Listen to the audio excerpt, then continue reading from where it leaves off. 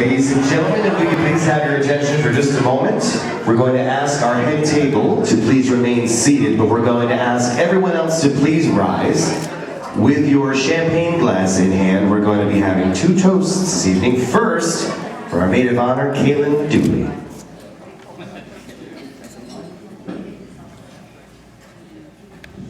Rick, it takes a real man to earn the right to marry one of my friends. So congratulations, you passed the test.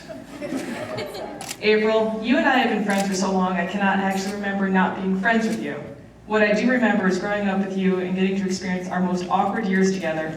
And yes, I do mostly mean your glorious bowl cut. But in all seriousness, I'm incredibly happy and proud to have you as a friend all of these years and have seen you find love. As one of our mentors has asked us, do you believe in life after love? Now that you have found love, I want you to see both of you run with it and embrace your new life together. So if everyone could raise their glass, we can all cheers to love. Cheers. Love you guys.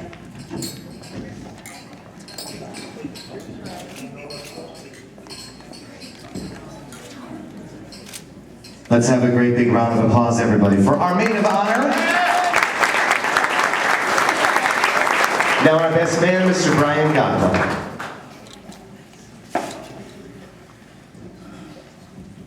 Good evening, everybody. Thank you, Kaylin, for that wonderful speech. I'd also like to thank the other bridesmaids, the families, and everyone else who helped make this day happen.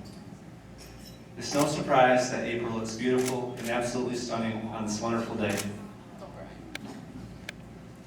My name is Brian, obviously. As you know, I'm the best man, or as other people like to say, the good enough man. I grew up with Ricky across the street, and we developed a strong bond at a young age. I am proud to say that Ricky and I have been best friends since we were 2 years old.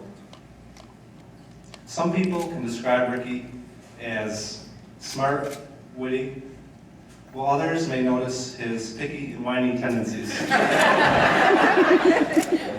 He is determined and organized. When he sets his mind to something, he excels at it. And that is evident by not only his career, but his video game collection. Rick's family is a huge influence on the man he has become. I know this because they are like my family too. Mr. and Mrs. Fano, her mom and dad, have never failed to include me in any family affair. I was always welcome without a question. This has not only led to a bond with Ricky, but a deep friendship with Bobby as well. I feel fortunate to have grown up with two families. Even after both of us went our separate ways after high school, our friendship remained strong. We always kept in touch and met up whenever one of us was in town.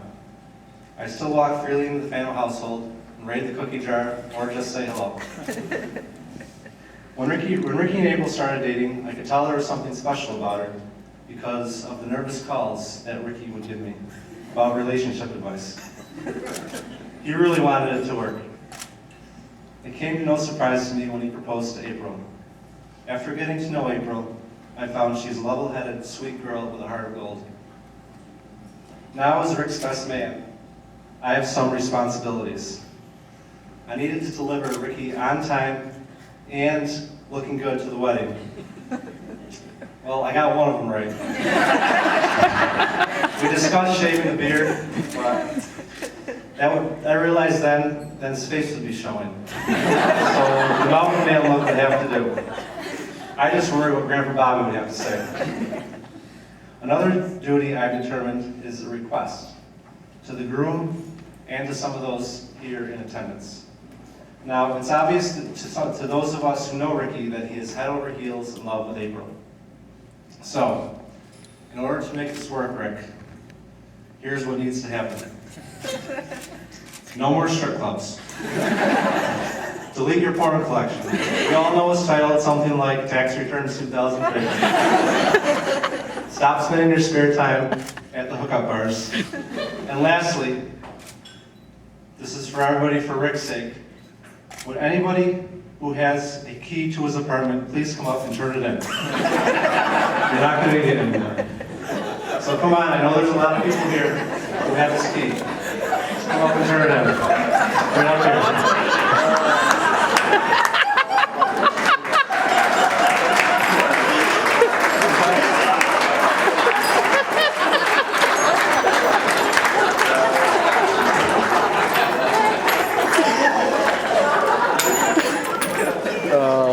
Is that all of them? Are there a couple more stragglers out there? We gotta get them up here. All right, so now that's taken care of.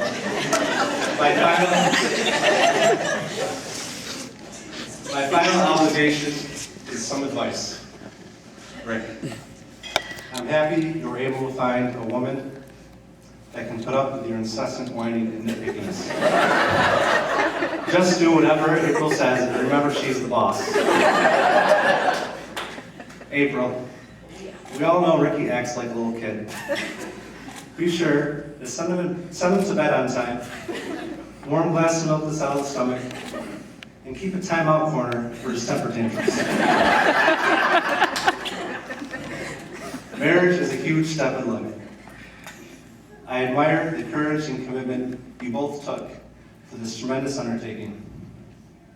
I would like to reiterate some recent advice from one of our friends. He wrote to us, "Marriage is a great step. I found it incredibly humbling and difficult on a daily basis. I've also found marriage to be a source of encouragement, inspiration, hope, strength, and affirmation in the times I needed it most."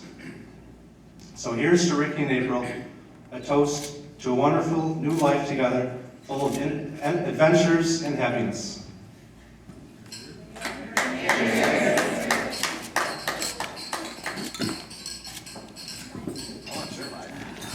Let's have a great big round of applause, everybody, for our best man. We're going to ask you all to please be seated.